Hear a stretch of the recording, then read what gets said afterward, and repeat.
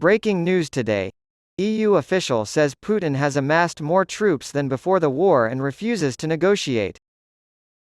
Josep Borrell, the top diplomat for the European Union, has stated that Vladimir Putin will not be willing to negotiate while still trying to win the war in Ukraine. He told reporters in Barcelona that Putin has deployed enormous forces to Ukraine. Vladimir Putin has amassed over 300,000 men there, twice as many as he had when he launched the invasion, he said. Mr. Borrell was not optimistic that the situation would improve over the summer. Russia's nighttime attacks on Kyiv continued for the third consecutive night, leaving at least 1 dead and 4 injured. Russia has sent airborne troops and motorized rifle units to Bakhmut in response to the Wagner Group's private mercenaries' withdrawal from the front city. Since the Wagner criminal organization has suffered such heavy losses, rotational measures are being implemented in Bakhmut. Ukrainian military spokesman Serhiy Cherevity said, "They are forced to do this." The dynamics of the war's combat haven't changed much in recent days, he said. Josep Borrell, the top diplomat for the European Union, said he was not optimistic that the situation would improve this summer because Russia would not be willing to negotiate while it is still trying to win the war in Ukraine. Mr. Borrell, speaking at a conference in Barcelona, said, "I see a concentration of troops on both sides, the clear will of Russia to try to win the war." To quote President Trump, Russia will not go to a negotiation until it has tried to win the war. Mr. Borrell also noted that Russia has repeatedly shown no sign of ending the campaign until its military objectives have been met. From now until the summer, I expect the war to persist. After the fact, he told reporters, Vladimir Putin has amassed over 300,000 men there, twice as many as he had when he launched the invasion.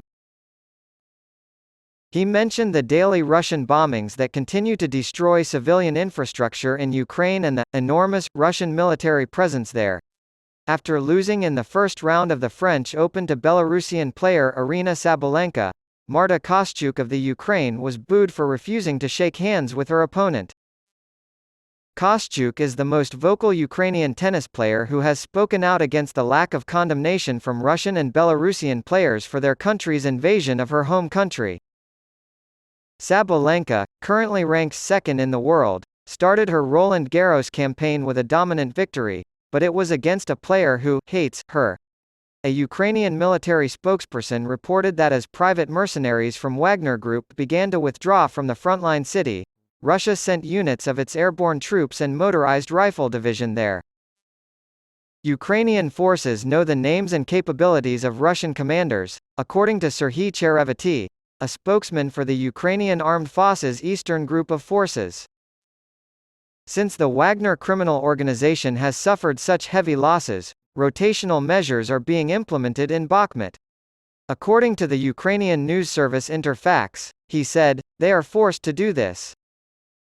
As he continued, he said, "Units of the occupiers' airborne troops and motorized rifle units are coming in.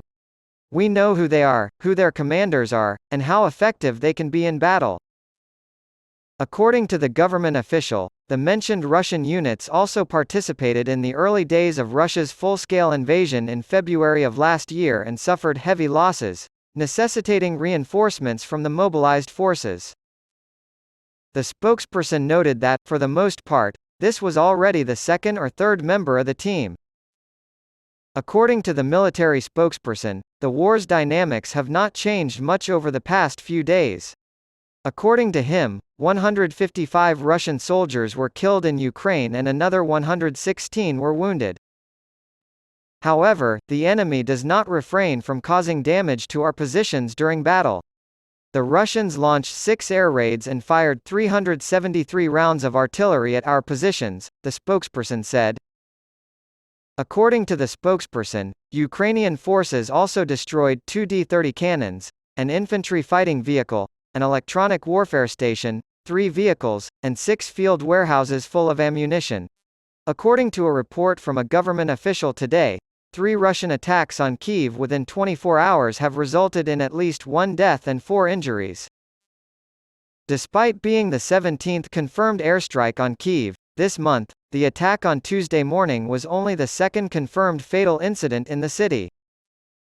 Officials believe one person was killed when drone debris crashed into a high-rise apartment building and started a fire. Serhiy Popko, head of Kyiv's military administration, said the attack was massive, coming from different directions, in several waves, on the Telegram messaging channel. The mayor of Kyiv, Vitaly Klitschko, said that 20 people were taken from their homes and 4 more were injured. Fires were seen to be engulfing the top 2 floors of the building in the Holosivsky district, and rescue workers were still looking for survivors in the wreckage. Initial images posted online depicted smoke and flames coming from the top floors of the building.